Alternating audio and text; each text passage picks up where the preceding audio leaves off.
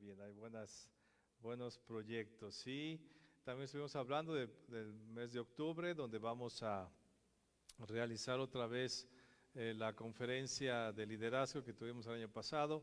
La vamos a tener otra vez este año y ahora lo vamos a hacer a nivel nacional. Se van a invitar a varias iglesias y sobre todo satélites de TUMI que están en el país, para que vengan y asistan, así que vete preparando, va a ser de grande bendición. Van a venir varios hermanos a compartir acerca del liderazgo. El año pasado fue de grande bendición y creemos que este será todavía de mayor bendición. Y para el próximo año 21, el 2021, haremos también la conferencia. Ya está confirmado todo, pero esta va a ser a nivel Latinoamérica y van a invitarse a todos los países de Latinoamérica. Va a ser más grande, así es que Dios nos está abriendo puertas para seguir llevando el Evangelio a muchos rincones de este país y de otras naciones. Amén, así que váyanse preparando. Yo te invito a que te prepares, que sigas estudiando, que te involucres. Yo te invito a que tomes el pre-TUMI. Eso te va a dar una idea de lo que es el TUMI. A veces muchos tienen miedo de que exámenes y que tareas, pero todo es con la finalidad de que aprendas, y siempre el estudio teológico te abrirá la mente para poder entender la grandeza de Dios, la profundidad de la obra de Dios en este tiempo y también de lo que Dios ha hecho en tu vida. Yo te animo a que lo tomes, que te prepares y tal vez si tú tomas una carrera de ingeniería o estudias idiomas, cuando estemos en los cielos pues no habrá mucha utilidad para esa carrera, solamente te sirve aquí en la tierra. Pero todo el conocimiento que tú aprendas de Dios lo llevarás a la eternidad. Así es que todo ese estudio teológico que estudies, te lo vas a poder llevar a la eternidad. Es una preparación para poder hacer tesoros en los cielos y que cuando tú pases a la otra vida estés más preparado. Y si estamos más preparados, Dios nos dará más galardones. Así que te invito a que te prepares, estudia. No importa la edad que tengas, si tú dices, no, es que ya pasó mi etapa, no, estudia. Dios te va a dar un entendimiento, gracia y favor para que puedas estudiar y crecer. Amén. Entonces ahí te invitamos. Ok. Bueno, pues ahora viniendo al estudio de la palabra, retomando un poco el tema que estuvimos viendo acerca del tabernáculo, del templo del Señor.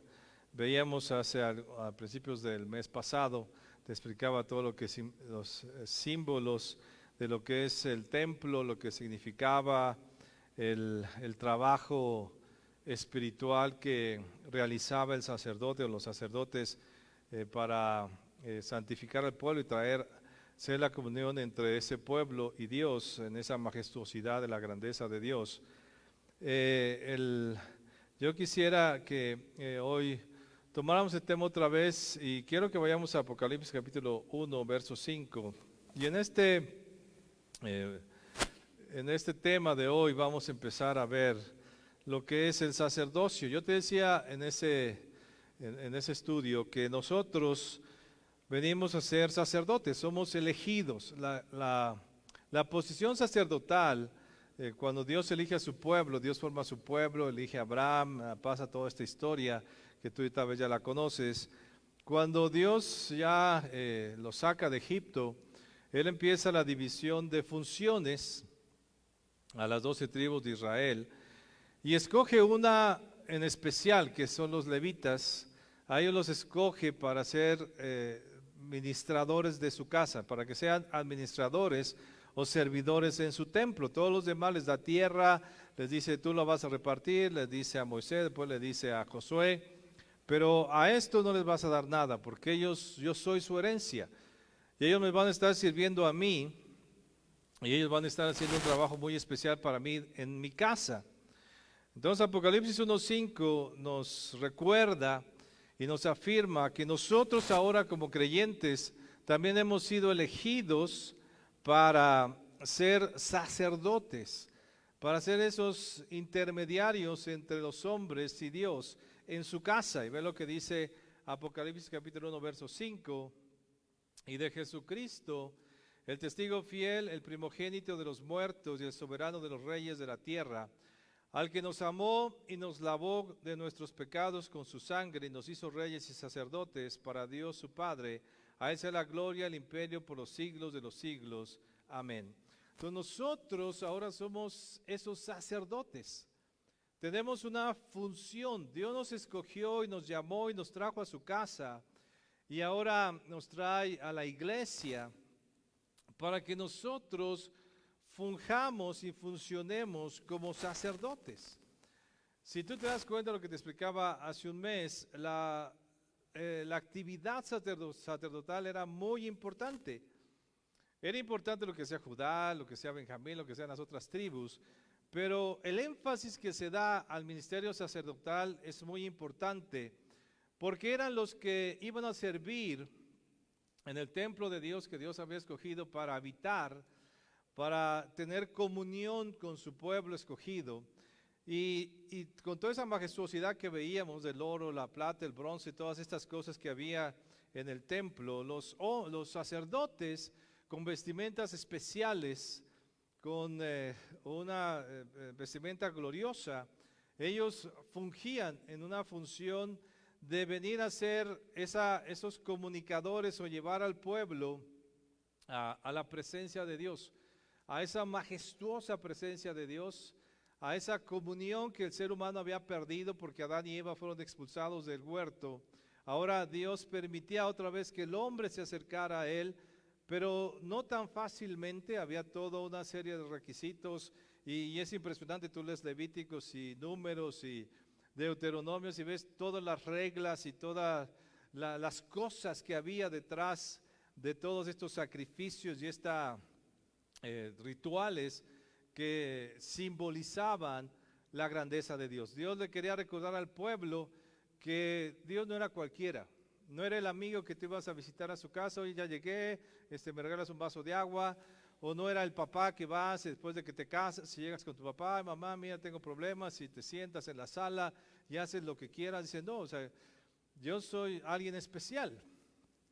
Y cuando tú vengas a mí, vas a venir de una manera especial. Y entonces los sacerdotes fungían en ese contacto entre el pueblo común y Dios. Y ellos eran, siendo comunes como pueblo, porque eran seres humanos, también tenían una elección especial y tenían características y ornamentos especiales y un ritual especial, vestimentas especiales para reflejar la divinidad de Dios. Ahora, esto es en el Antiguo Testamento. En el Nuevo Testamento el apóstol Pablo nos aclara algo importante y quiero que vayamos ahí, Hebreos capítulo 8, verso 5. Aquí el apóstol Pablo aclara algo. Moisés, ese templo majestuoso que vemos, o el tabernáculo, después el templo que hizo Salomón, dice, eso es una copia del original, porque a Moisés se le dio esta instrucción. Hebreos capítulo 8, verso 5, dice, estos sacerdotes sirven en un santuario que es copia y sombra, versión Nueva Internacional te estoy leyendo. Estos sacerdotes sirven en un santuario que es copia y sombra del que esté en el cielo, tal como se lo advirtió a Moisés cuando estaba a punto de construir el tabernáculo, asegurándote de hacerlo todo bien según el modelo que se te ha mostrado en la montaña. Entonces, Moisés solamente replicó algo que había visto. Él vio el original ahí en el monte y entonces baja a la tierra y hace una copia. Y después Salomón, en la copia que hizo del tabernáculo, Moisés copia otra vez, o sea, el templo era copia de copia. Pero Moisés vio un original, entonces hay un templo original. ¿Qué es el templo? Es la casa de Dios, es la comunión que Dios quiere tener con el ser humano, es el lugar donde Dios se reúne con el hombre. Pero el tabernáculo era solamente una copia, el templo también era una copia, pero había un original. Nosotros ahora, como pueblo de Dios, como cristianos, no tenemos un templo físico. Si te das cuenta, no hay un lugar, no hay ningún tabernáculo, no hay ningún templo, solamente nos reunimos en casas o nos reunimos en edificios, pero nosotros estamos en el original. O sea, ya no servimos en la copia. Esos vestuarios que la gente traía físicos, esos ornamentos, esas cosas glamorosas que representaban los sacerdotes. Nosotros ahora no traemos una vestimenta, como yo te decía, yo me quité la vestimenta, porque nosotros ahora tenemos una vestimenta original, la que el Señor Jesús nos pone, que cuando recibimos a Jesús en la Escritura que somos vestidos con vestiduras de lino fino, espirituales. Y nosotros nos acercamos entonces a servir, no en la copia del tabernáculo, tampoco en la copia del templo, sino nosotros servimos en el templo original. Nosotros hemos sido llevados por el Señor Jesucristo a servir en el templo original, en el que vio Moisés, en donde Dios quiere tener comunión con el ser humano, en donde Dios se quiere encontrar con el ser humano y bendecirlo, y que el hombre pueda encontrar oportuno socorro. Nosotros servimos, por eso ahora somos sacerdotes hechos por Jesús, nuestro sumo sacerdote, ahora sacerdotes, y entramos a este templo original a servir. Nuestra función es el servicio. Cuando nos acercamos a Jesús y nos predican el Evangelio, es verdad, venimos con complicaciones, dificultades, tristes, acomplejados, pobres, con muchas deficiencias y carencias. Y es verdad, venimos a Cristo y todo esto se nos recupera y somos bendecidos, pero también no debemos olvidar que nosotros venimos al Evangelio porque somos escogidos y somos llevados al reino de los cielos a ser sacerdotes para poder ministrar en la tierra entre los seres humanos y Dios. Esa es la función de la iglesia. Esa es la función del sacerdote. El sacerdote era aquel que tenía comunión con Dios y comunión con el hombre, y entonces todo lo que el hombre común hacía, él por tener ese privilegio de ser sacerdote, y no cualquiera podía hacer, si alguien quería entrar sin ser sacerdote inmediatamente moría, y podía entrar entonces a la presencia de Dios y llevar ciertas cosas y hacer una función específica en intercesión de este ser humano. Y yo quiero hablarte de esta función sacerdotal, de tres cosas que menciona la Escritura que nosotros debemos hacer como sacerdotes por la humanidad, por el mundo, por la gente común. Y ven lo que dice la Escritura, y vamos a Primera de Crónicas, capítulo 16, verso 4. Primera de Crónicas 16, verso 4.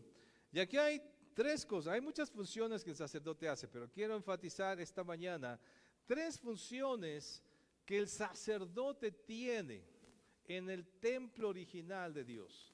Ya no vamos nosotros a Jerusalén, a ese tabernáculo de Moisés. De hecho, el arca física, esa de madera cubierta de oro, con ese propiciatorio de oro, con los querubines, está perdida. No está. El templo de Salomón fue destruido. Una vez fue reconstruido, pues, después fue otra vez destruido. Y ya no hay templo, ya no hay tabernáculo. Nosotros no ministramos en ningún templo en ese sentido estricto de la habitación de Dios, ni en un tabernáculo, sino nosotros hemos podido alcanzar por la misericordia de Jesús el templo original donde nosotros servimos. ¿Y qué venimos a hacer en ese templo? ¿Qué es lo que estamos haciendo nosotros en la casa de Dios? ¿Para qué hemos sido llamados? Qué bueno que podamos recibir la bendición y Dios escucha nuestras oraciones y Dios nos sana y Dios restaura mi matrimonio y Dios me prospera y Dios me sana. Qué bueno. Y mi vida viene a tener una condición mejor de antes, y yo lo podemos decir, y hasta damos nuestro testimonio antes de Cristo y después de Cristo, porque en verdad nuestra vida cambió y somos diferentes, tenemos paz, gozo, alegría, bendiciones, conocimiento. Todo esto, ¿para qué nos sirve? ¿Para qué venimos a paz? ¿Para qué venimos a tranquilidad? ¿Para qué nuestros hogares están más tranquilos? ¿Para que yo me sienta mejor? No, es para que tú puedas servir. Y en ese servicio la humanidad pueda recibir la bendición. Los sacerdotes, ¿para qué estaban? Para bendecir al pueblo común. Y entonces la gente común, como veamos ahí, venía con sus sacrificios y el sacerdote hacía el sacrificio. El sacerdote se metía al lugar santo a interceder por esa persona y entonces recibía la bendición.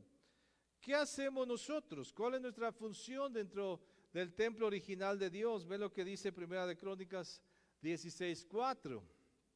David puso a algunos levitas a cargo del arca del Señor para que ministraran, 1, dieran gracias, 2, y alabaran al Señor Dios de Israel, 3. Por tres cosas ellos venían al templo. Por tres cosas ellos podían acercarse a la presencia de Dios para tres cosas fundamentales que ellos tenían que hacer. Y si tomamos la palabra ministrar en el original en que fue escrita la escritura, también se dice para que pidieran. Ministrar era pedir o interceder, levantar peticiones. Entonces podemos encontrar tres cosas, funciones importantes que el sacerdote hacía: pedir por otros, o pedir, dar gracias y alabar al Señor.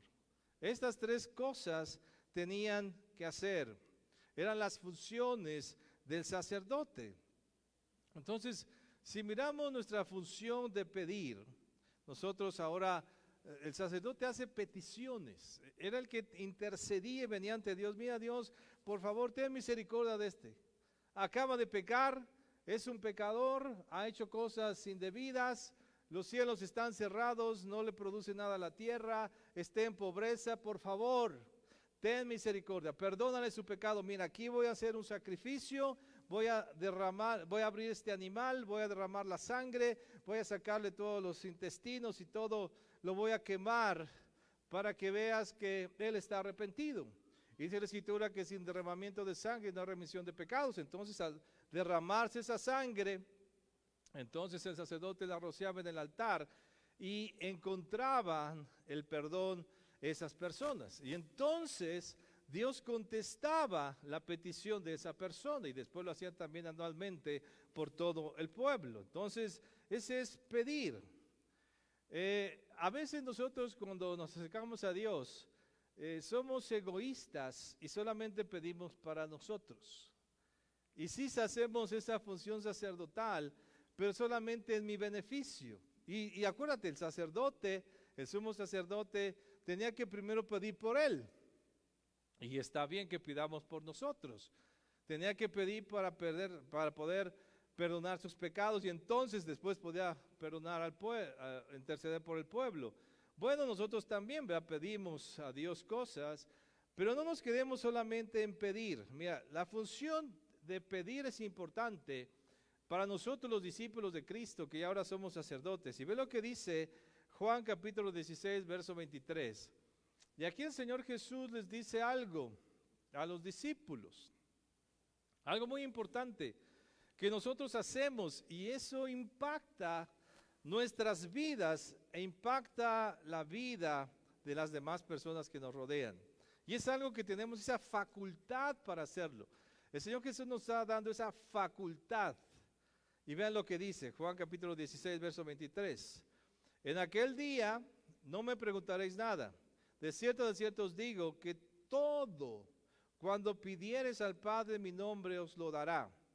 Hasta ahora nada habéis pedido en mi nombre. Pedid y recibiréis para que vuestro gozo sea cumplido. Entonces nosotros ahora como sacerdotes tenemos la facultad de pedir. Y si yo pido en el nombre de Jesús, voy a recibir para que mi gozo esté pleno. Entonces las cosas que yo necesito en mi vida, para que mi gozo esté pleno, para que esté satisfecha mi vida, yo se las puedo pedir a Dios. Tengo la facultad de pedir en el nombre de Jesús y las voy a recibir porque es la promesa que Jesús nos ha dado. Entonces, si es bueno que pidamos por nosotros, claro que sí. Pide por tu casa, por tu vida, por tu salud, por tu familia, porque tu gozo tiene que ser cumplido, tienes que estar satisfecho. Pero tenemos que saber pedir, porque el estar completo o estar gozoso no es como el mundo nos lo pinta. Tú puedes decir, es que yo voy a estar feliz cuando tenga un carro del año. Y eso no es verdad, porque te lo vas a comprar y si todavía sigues de pecador y sigues chismeando y sigues tratando mal a tu esposa, con todo y carro nuevo vas a ser infeliz. Entonces, la felicidad que el mundo nos maneja no es real.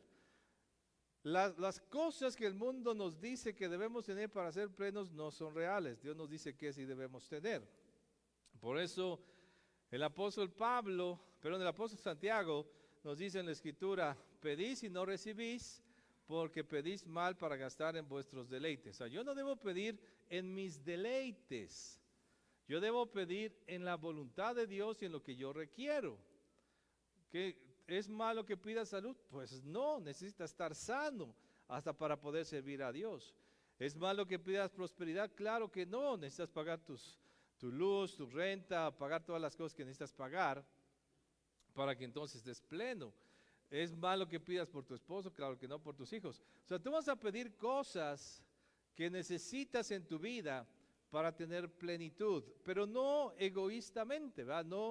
No vas a pedir para tus propios deleites. No nos enfoquemos solamente a esa carrera que el mundo tiene de adquirir cosas, porque ni teniendo eso vas a ser feliz. La plenitud de tu vida y lo que tú requieres te lo va a guiar y te lo va a revelar el Espíritu Santo para que tú puedas como conviene. Y todo lo que tú necesitas, absolutamente todo, Dios te lo va a dar. Y entonces una vez que tú estés pleno y satisfecho, entonces ahora como sacerdote no solamente te vas a dedicar a pedir por ti, ni por tu casa, ni por tu familia. Ahora tenemos que aprender a pedir por otros, por los que están a nuestro alrededor, porque tú eres el sacerdote que va a interceder para que algo suceda o algo no suceda.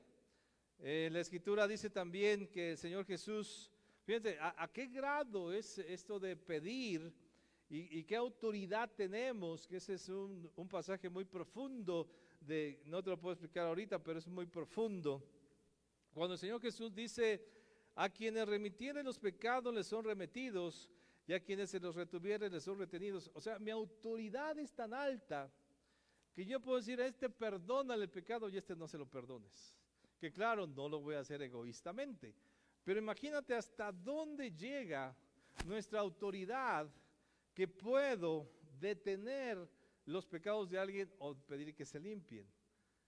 Esa es la expresión que Dios quiere enseñarnos. Es nuestra función ahora, como con un buen corazón, como lo hizo el Señor Jesús, estando en la cruz, ¿verdad? Él no retuvo los pecados del mundo, que dijo, perdónale los pecados a todos. Y Señor, perdona, no saben lo que hacen. El Señor Jesús nos enseñó que pues se lo debo perdonar a todos, pero aquí nos está explicando hasta dónde llega nuestra autoridad. Nuestra función es interceder. Miren, vamos a 1 Timoteo, capítulo 2, verso 1. ¿Y qué es lo que tenemos que hacer ahora? ¿Qué nos dice la Escritura? ¿Cuál es nuestra función? Dice aquí 1 Timoteo 2, 1. Exhorto ante todo a que se hagan rogativas, oraciones, peticiones y acciones de gracias por todos los hombres. Entonces, mi función ahora es interceder. Tienes que entender tu papel de sacerdote y la función que tienes, que tú vas a interceder para que algo prospere o no prospere, para que algo se detenga o no se detenga. Yo veía estos días, leía la Escritura cuando David en su propio pecado, ¿verdad? Y que por haber censado al pueblo, Dios lo castiga, Dios le dice, le da a elegir qué es lo que quiere, y él dice, no, pues yo quiero que mejor tú me castigues, porque tú sí te puedes arrepentir, y los hombres, mi enemigo, no.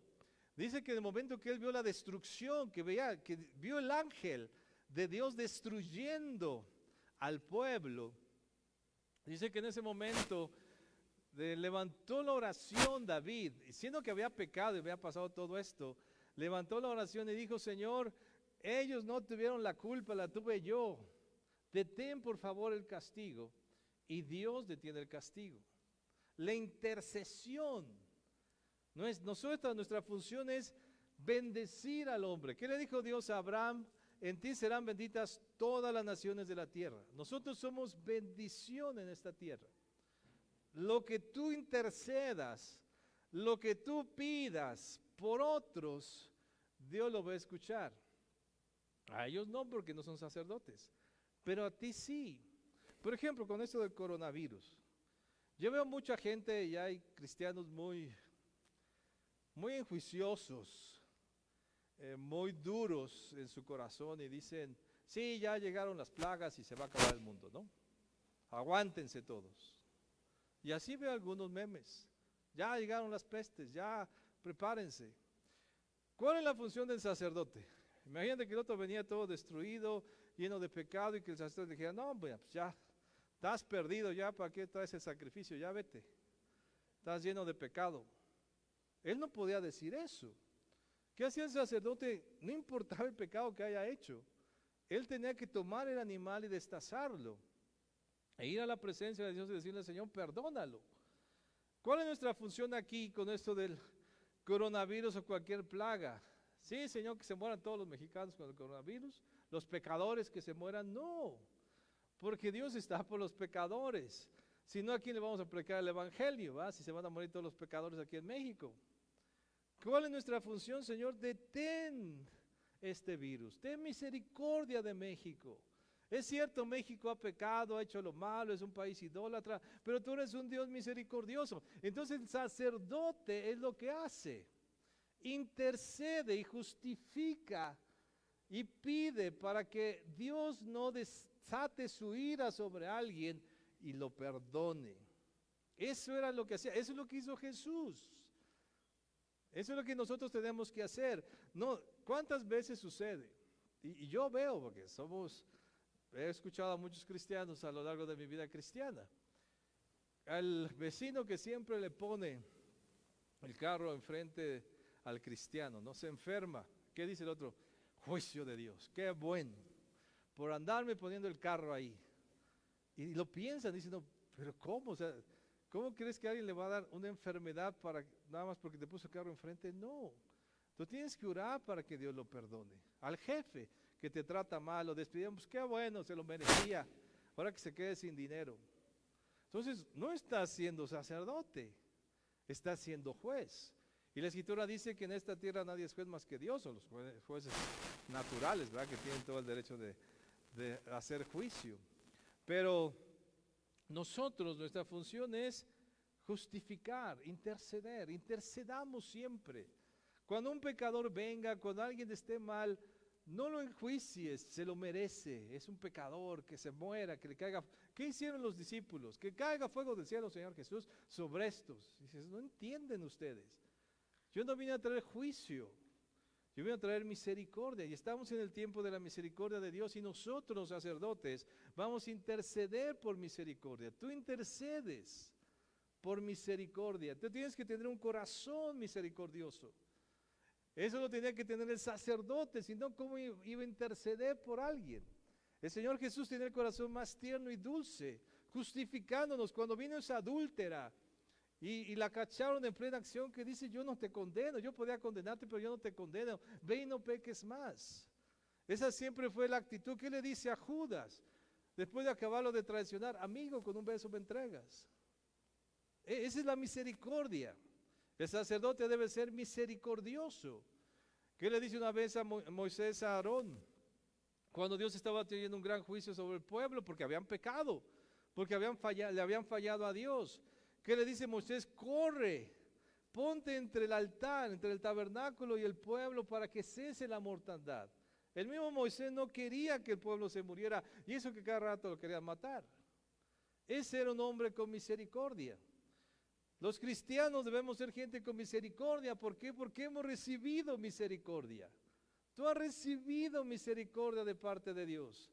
Tú no has sido tratado como debes de ser tratado. Tal vez alguien, un buen cristiano, oró por ti para que la misericordia de Dios se reflejara en ti y tú te convirtieras. Eso es lo que nosotros hacemos como sacerdotes, pedir misericordia. Detén tu castigo, Señor. No lo castigues más. aún al que te hizo mal. ¿Qué sucede cuando vimos una noticia de alguien que asaltó un camión y lo mataron? Por dentro decimos, qué bueno. Todos tenemos misericordia. ¿Qué tal si ese joven se hubiera salvado, alguien hubiera predicado el evangelio? O sea, tenemos que orar por vida, tenemos que orar por misericordia, por el favor de Dios, para que Dios mismo detenga su ira y no castigue a los que están a nuestro alrededor. Tú eres ese sacerdote de alrededor. Tú eres el que va a interceder por tus amigos, por tus compañeros de trabajo, por aquellos que tienes contacto, y no se diga por tu nación. Ese mismo pasaje dice después que oremos por todas las autoridades para vivir quieta y reposadamente. Entonces tú tienes que pedir por la salvación de la gente. Pide por su sanidad. Cualquier enfermo que venga y tú sabes que ese es un drogadicto, siempre se está drogando y viene para que puede orar por mí. Ay, ¿cómo orar por ti si por eso estás, por droga estás todo así? No, pues claro, voy a orar por ti. Y voy a orar para que te liberes.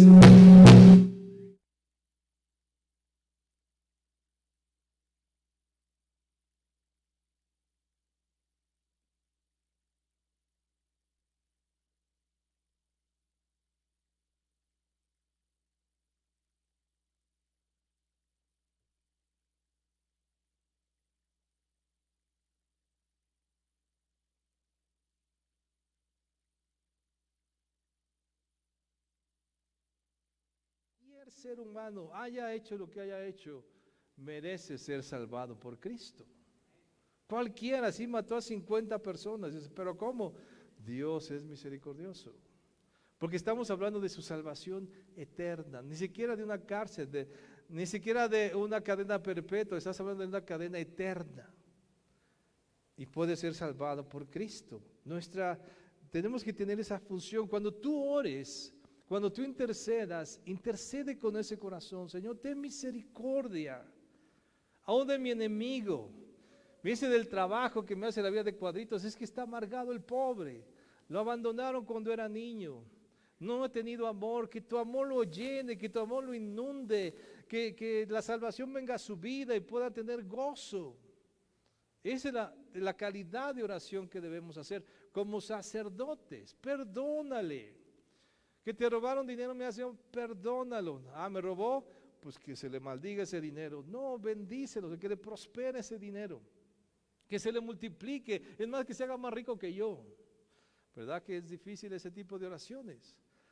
Pero eso es lo que hace un sacerdote, interceder entre un pueblo común delante de un Dios soberano que puede hacer milagros, señales y prodigios.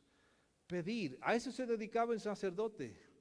Todos los días cuando venía la gente y traía sus sacrificios, todo, porque era un trabajo de todos los días. Llegaba el sacerdote, se presentaba ante Dios y ¿qué hacía? Pedía, Señor, te pido, te pido, te pido, te pido. Pero imagínate que todos los días pidiera por él, pues no. Él pedía más por otros que por él mismo, porque esa era su función. Otra función que hacía era dar gracias. Dice la Escritura que el sacerdote daba gracias continuamente, no de vez en cuando. Mira, vamos a Primera de Crónicas, capítulo 23, verso 30, y dice: y para asistir cada mañana todos los días a dar gracias y a tributar alabanzas a Jehová, y asimismo por la tarde. O sea que el sacerdote tenía que ir en la mañana y en la tarde a dar gracias. La acción de gracias mantenía al pueblo a través del sacerdote, en una actitud humilde y dependiente. ¿Cuándo das gracias tú? Cuando alguien te dio algo. Y es un acto de humildad, porque dices, pues gracias porque pues me lo diste. Gracias porque me ayudaste.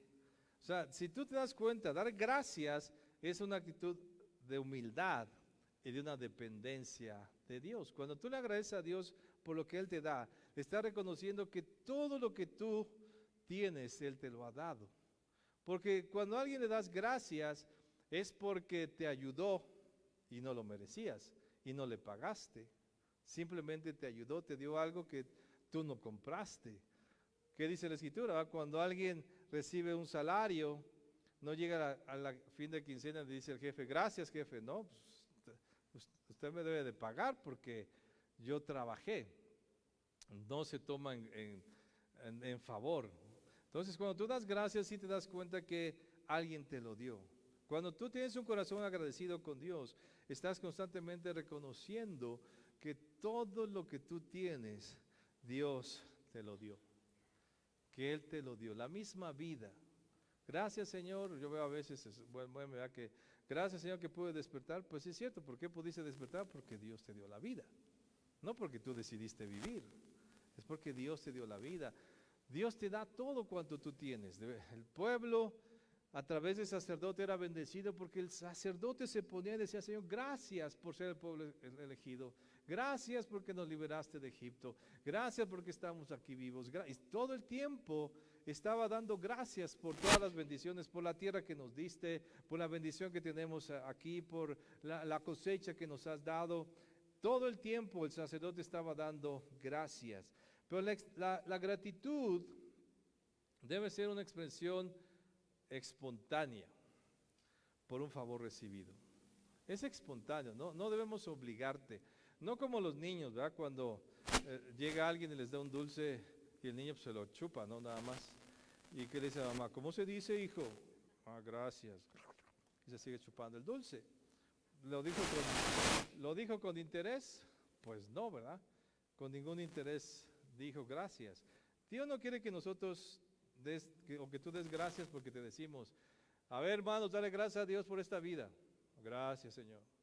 Dale gracias a Dios por este día. Gracias. No sale, ¿verdad? Tiene que ser del corazón, es una expresión de gratitud. Dios quiere que nosotros le digamos a Él continuamente gracias por las cosas que recibimos. ¿Qué tan agradecido eres con Dios? Cuando te levantas, ¿de qué le das gracias? En las noches, ¿de qué le das gracias? No sé si tú le has dado gracias, Señor, de que llegué a mi casa sano y salvo. ¿Qué hacemos en la comida? Gracias porque puedo comer. Gracias porque puedo trabajar. O sea, debe ser constante, tener esa acción constante de gratitud. Y no solamente por ti, te decía, sino por todo lo que Dios hace aún en nuestro país, por lo que Dios hace en tu vecindario, por alguna buena noticia que escuchaste. Dale gracias a Dios. Tienes que encontrar esas razones. Imagínate, el sacerdote tenía que dar gracias en la mañana y gracias en la tarde. O sea, ¿será difícil encontrar tantas palabras de gratitud? ¿Qué tanto tiempo podías darle gracias a Dios? ¿Cuántos días podías darle gracias a Dios sinceras? Sabes, no nos alcanzaría la vida. Si es que entendemos y encontramos todas las cosas que Dios ha hecho por nosotros, hasta las más pequeñas. El sacerdote encontraba y visualizaba aún las cosas más pequeñas y le daba gracias a Dios por el pueblo, por él mismo y aún por la gente que venía. Señor, gracias que has perdonado a este hombre, gracias que has recibido su sacrificio, entonces demos gracias. Hebreos, quiero que vayamos a Hebreos capítulo 12, verso 28. Hablando de la gratitud, dice, así que recibiendo nosotros un reino inconmovible, tengamos gratitud y mediante ella sirvamos a Dios agradándole con temor y reverencia. Imagínate, tengamos gratitud porque tenemos un reino inconmovible. Si nosotros vislumbráramos la gran bendición que tenemos al entrar al reino de los cielos, al poder participar en el reino de los cielos, no hay más que agradecer a Dios por toda esa bendición, porque nosotros no lo merecemos, sino simplemente se nos otorgó el privilegio de pertenecer y entrar al reino de los cielos. Gratitud. La vida cristiana, ¿qué te tiene que dar? Gratitud a Dios por el perdón de tus pecados, por el favor recibido, por la misericordia recibida, por la salud que Dios hace todos los días, por la provisión que Dios te da todos los días, por los milagros que puedes experimentar, porque puedes venir a la presencia de Dios, y la lista es inmensa. Pero sí sé específico en tu gratitud. Da gracias a Dios. Hemos recibido acceso al reino de los cielos. ¿Cómo no agradecerle a Dios tantas cosas recibidas por tan grande salvación que tenemos? Y ve lo que dice primera a los Tesalonicenses 5:18. Y te decía, esto de la gratitud es algo espontáneo, no tiene que ser obligado, pero aprende a ser agradecido por todas las cosas que Dios te ha dado. Primero a los Tesalonicenses dice, capítulo 5, verso 18, dar gracias en todo porque esta es la voluntad de Dios para con vosotros en Cristo Jesús. Demos gracias a Dios en todo. ¿Sabes? Nuestra vida está tan segura en Dios, está tan protegida por Dios, está tan firme en Dios, que cualquier cosa que pase en mi vida, a pesar de mi pecado, todo va a funcionar para bien. Por eso, cualquier circunstancia que yo tenga, más que enojarme, molestarme, frustrarme, debo darle gracias a Dios, porque eso que está pasando en mi vida, en el gran amor y misericordia de Dios, en su gran poder y gracia sobre mí, va a funcionar para bien, aunque a veces no lo entendamos, aunque a veces sea incomprensible. Pero tu vida está tan segura en Dios, tan protegida, que cualquier circunstancia que pase, Dios la ha permitido y esa circunstancia va a ser para tu bien. Y no hay duda de eso. Por eso el apóstol Pablo puede decir, demos gracias a Dios en todo y por todo. Tú puedes darle gracias a Dios por cualquier circunstancia, la más difícil, sabiendo que eso no se le escapó a Dios y que eso va a ser usado para que tú crezcas, para que tú te arrepientas, para que algo haya en tu vida que te lleve a un crecimiento. Así es que aprende a dar gracias bajo toda circunstancia, más que molestarte. Yo he escuchado gente que dice, yo estoy enojada con Dios, porque no me da esto, porque esto permitió en mi vida. Pues está mal, o sea, enójate con Dios, pues vas a perder. Toda circunstancia en tu vida es para tu bien, y eso debes tener plena confianza. Y en lugar de enojarte y molestarte, debes decir, Señor, gracias por esto que está pasando. No lo entiendo. Job mismo nunca maldijo a Dios y cuando perdió a todos sus hijos y perdió todas sus propiedades, él bendijo a Dios. O sea, ¿qué hay en tu corazón? Gratitud o enojo, molestia o irritación o fastidio. Entonces no has encontrado el valor del cristianismo que Dios ha dado en ti. No has encontrado el valor de la vida cristiana, la gloriosa vida que el Señor Jesús te ha entregado con su sacrificio. No la has entendido, por eso no puedes dar gracias. Pero cuando tú lo entiendes, en toda circunstancia, aún con lágrimas y con dolor en tu corazón, podrás decir, gracias Señor por esto, porque mi vida está protegida y guardada en ti, y esto, aunque no lo entiendo, va a ser para bien. Tengamos una vida de acción de gracia. El sacerdote hacía eso todos los días, en la mañana daba gracias y en la tarde regresaba ¿a qué? A dar gracias. La gratitud del pueblo se escuchaba todos los días en la casa de Dios. ¿Qué se debe escuchar en tu vida, en tu templo que eres tú? ¿Qué se debe escuchar? Gratitud en la mañana y en la tarde y en la noche, siempre, por todas las cosas que pasan en tu vida. Y por último, algo que pues tenemos tal vez más comunión con este tema, alabar al Señor. Pero, ¿qué es la alabanza? Otra vez recordando lo que ya te hemos enseñado otras veces. Alabanza es la exaltación de los atributos de Dios. Eso es la alabanza, exaltación de los atributos de Dios. Y lo puedo hacer con palabras y también con música, porque a veces decimos, estoy alabando a Dios y canto. No, tú puedes alabar a Dios sin música. ¿Qué es tu alabanza? Pues son tus palabras. Y hay muchos cristianos que oyen música y no están alabando a Dios, porque la alabanza viene del corazón. Es sincera, es gratitud. Es cuando tú ves algo grande y te asombras. Nosotros los seres humanos somos así de sorprendentes desde niños, ¿no? ¿Qué hace un niño cuando ve algo grande? ¡Ah! ¿Y a poco le enseñaste, hijo? Cuando ves algo grande vas a decir, ¡ah! Lo hace naturalmente. El niño es expresivo, se asombra cuando ve algo grande o algo bonito. ¡Wow! ¡Qué bonito! O sea, el mismo niño lo hace. La alabanza es una expresión que sale del corazón, que no es obligada, igual que la gratitud. No debe ser obligada. Entonces puede ser con palabras o puede ser con música y palabras. Eso es lo que es nuestra alabanza. Y el sacerdote entonces realizaba también constante alabanza, exaltación. Y también lo que nos ayuda a la alabanza y la exaltación es que no se te olvide quién es Dios. O sea, cuando tú exaltas a Dios y tú ves los salmos son impresionantes. Cuando tú estás triste, ¿va? O desanimado, ponte a leer los salmos y tu fe se eleva, ¿sí o no? O sea, luego sales, no, pues si Dios es poderosísimo. Porque esas son las alabanzas.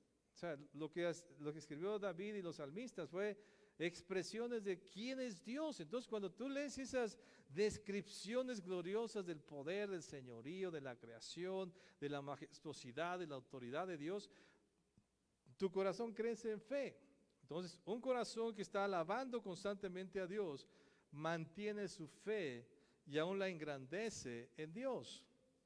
Entonces, por eso debemos estar constantemente alabando a Dios, pero debe ser del corazón porque debe ser con entendimiento. Mira, quiero que vayamos a Isaías capítulo 29, verso 13, pero aquí en la nueva versión internacional. Y ve lo que dice aquí, un reclamo que Dios le hace al pueblo. Y puede ser así nuestra alabanza, pero no debe serlo.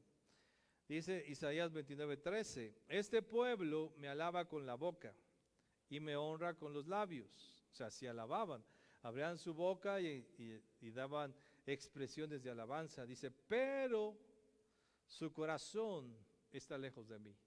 O sea, yo puedo decir algo bonito de Dios y mi corazón no decirlo, solamente mis labios. Y ve lo que dice, su adoración no es más que un mandato enseñado por hombres. Hay gente que solamente alaba a Dios porque así le enseñaron. Gloria a Dios, ¿qué es? No sé, pero gloria a Dios. Todo el mundo dice aquí gloria a Dios, hay que decir gloria a Dios en todo momento. Pero ni lo sentimos. Ha sido una alabanza enseñada por hombres. O ya me aprendí el corito, ya me aprendí la alabanza. Y la canto, pero no sé ni qué dice. Pero ahí estoy cantando porque se oye bonito. La alabanza debe venir del corazón, no es un mandato por hombres, no es que te obligue. Por eso les digo aquí a los que dije, no les digas, hermano, alaba. Pues ya lo forzaste. Entonces, sí, alabo, Señor. Ya me obligaron. Bueno, voy a alabar. O sea, no se tiene que alabar, no se tiene que forzar a nadie a alabar a Dios. No tengo que empujar a nadie a alabar a Dios, porque entonces está haciendo un mandato de hombres. La alabanza es espontánea y sale del corazón por ver la majestuosidad y la grandeza de Dios. Es sorprendente. Pero cuando alguien ve un Ferrari, o sea, yo he visto Ferraris pocos, pero cuando ves, dices, wow. O sea, no hay otra más que, wow, no es un carrazazazazazo, un supercarro, la belleza, no es impresionante ver un Ferrari. Pero a poco alguien obliga, a cualquiera que vea un Ferrari lo vas a obligar a decirle, a ver, di que wow. No, tienes que decir wow, pues es un Ferrari, wow, un Ferrari. Wow. Pues no, ¿verdad? Cualquiera que lo dice, wow. Yo creo que hasta una mujer que no sabe de carros ve el carro y dice, wow, ¿no? Porque es impresionante. Sale del corazón. Así es nuestra alabanza. Esa es la alabanza genuina. Cuando las cosas salen del corazón. Pero cuando el esposo le dice a la esposa, mi amor, estás hermosa. O no, ya van 5 días que no digo que esté hermosa, le tengo que decir hermosa. Hola, mi amor, estás hermosa. Ya cumplí. ¿La esposa va a sentir algo? Pues no, porque es del corazón. ¿Qué le dijo el rey a esta Esther cuando la vio? Dice, wow, estás hermosa. Porque el ser humano se sorprende de lo hermoso, ¿sí o no? Cuando algo es algo muy bonito, te sorprende. Hermano, Dios es hermoso, maravilloso. Cuando tú lo conoces, te sorprende. Tú ves las descripciones cuando Dios se presentaba en el templo o en el tabernáculo. Dicen, nadie podía entrar, porque la gloria de Dios se manifestaba impresionantemente. La gloria, la nube, la luz de Dios, el Shekinah de Dios era impresionante. El pueblo se quedaba así atónito y en su corazón exaltando a Dios. Esa es la alabanza que Dios busca. Que cuando tú cantes un canto, pienses lo que estás cantando y te imagines ese Dios, a Dios de esa manera. Que si dices, Dios eres maravilloso, hermoso, hiciste los cielos, que tu imaginación te lleve a vislumbrar esa grandeza de Dios y tu alabanza será diferente. A que si solamente es un mandato, hermanos, llegó el momento de la alabanza, son 30 minutos, aguanta. Y uno ni aguanta ni se van al baño. Pues eso no es alabanza. Tu corazón está lejos. ¿Y sabes por qué alguien no alaba a Dios? Porque no le conoce. ¿Por qué el mundo no alaba a Dios? Porque no lo ven ni le conocen. Pero nosotros tenemos el privilegio de ver a Dios y conocerle. Por eso no quedamos que decir, wow, Dios. Yo a veces me quedo y digo, Dios, wow, lo que hiciste es impresionante. Los milagros, ¿verdad? Que a veces tú esperas un milagro y tú te imaginas 20,000 formas en que va a suceder y Dios lo hace todo diferente y dices, wow, Dios. Ahora sí que, con todo respeto, se lo sacó de la manga como un mago, pero Dios es poderoso así. Y dices, eres impresionante, Dios, me impresiona. O cuando lees su palabra, su grandeza, su amor, su misericordia, hay pasajes que te detienen y dices, wow, Dios, de verdad eres súper amoroso. De verdad tu misericordia, como dice el profeta, es inentendible.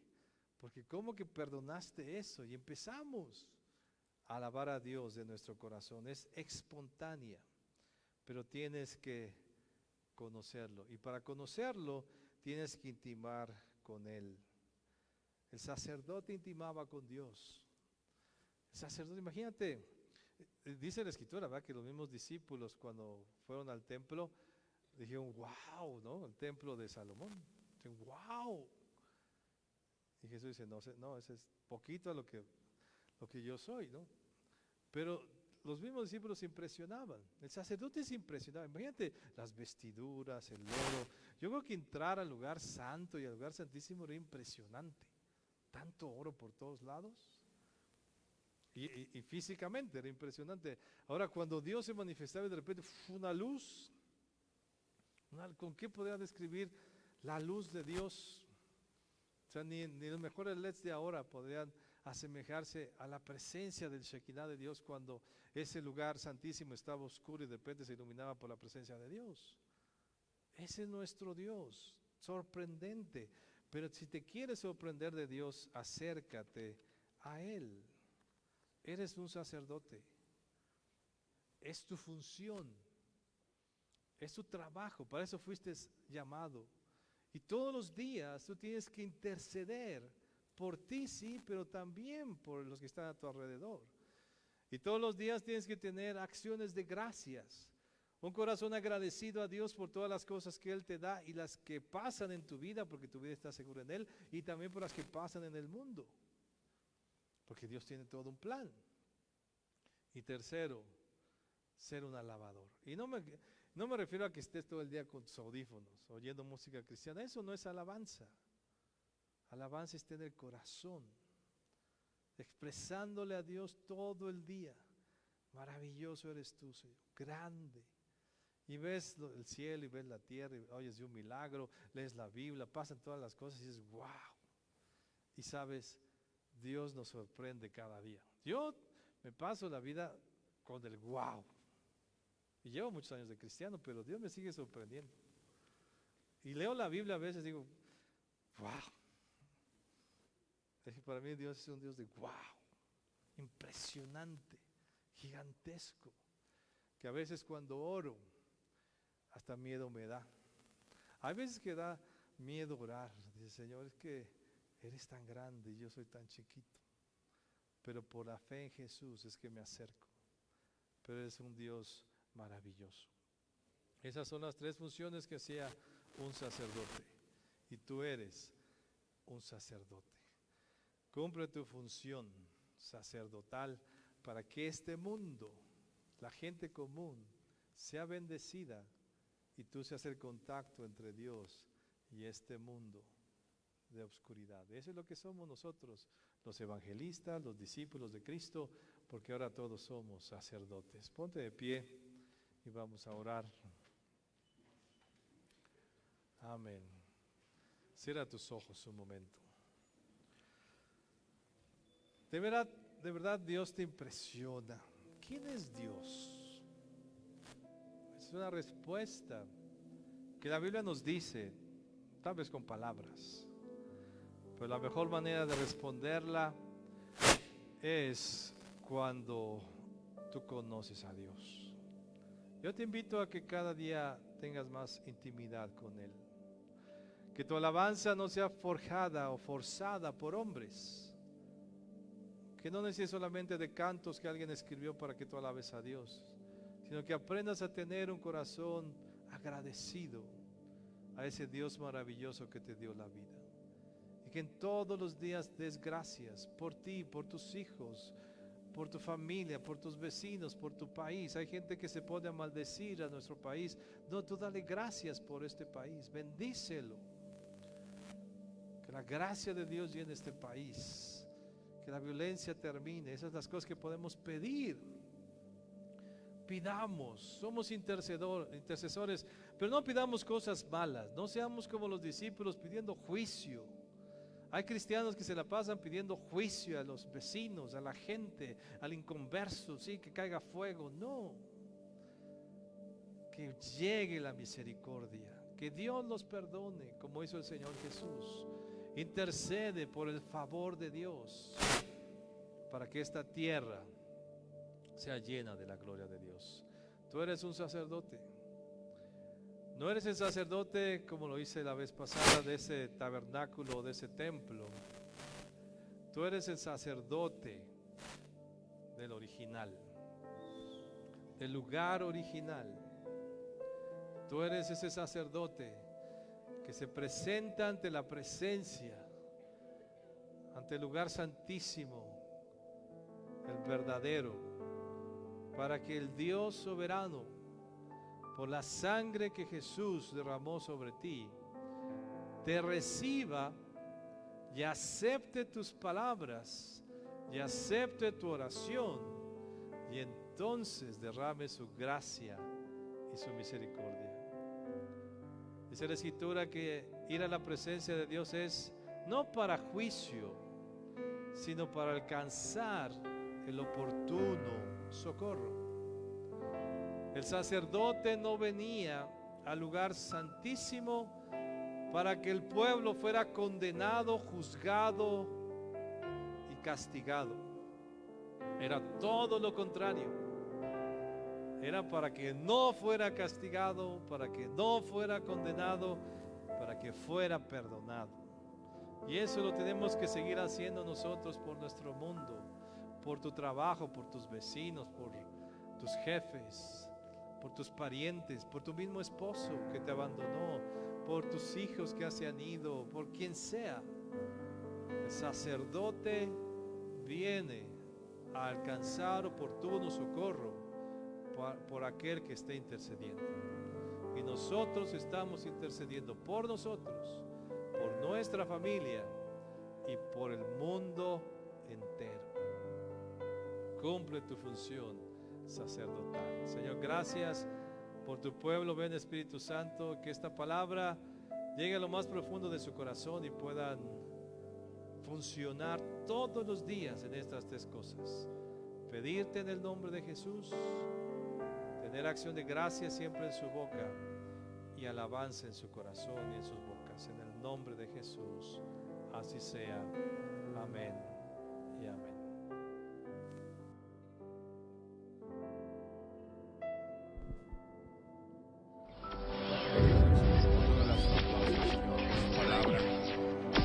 Hoy nos ha enseñado Dios nuestras funciones como sacerdotes.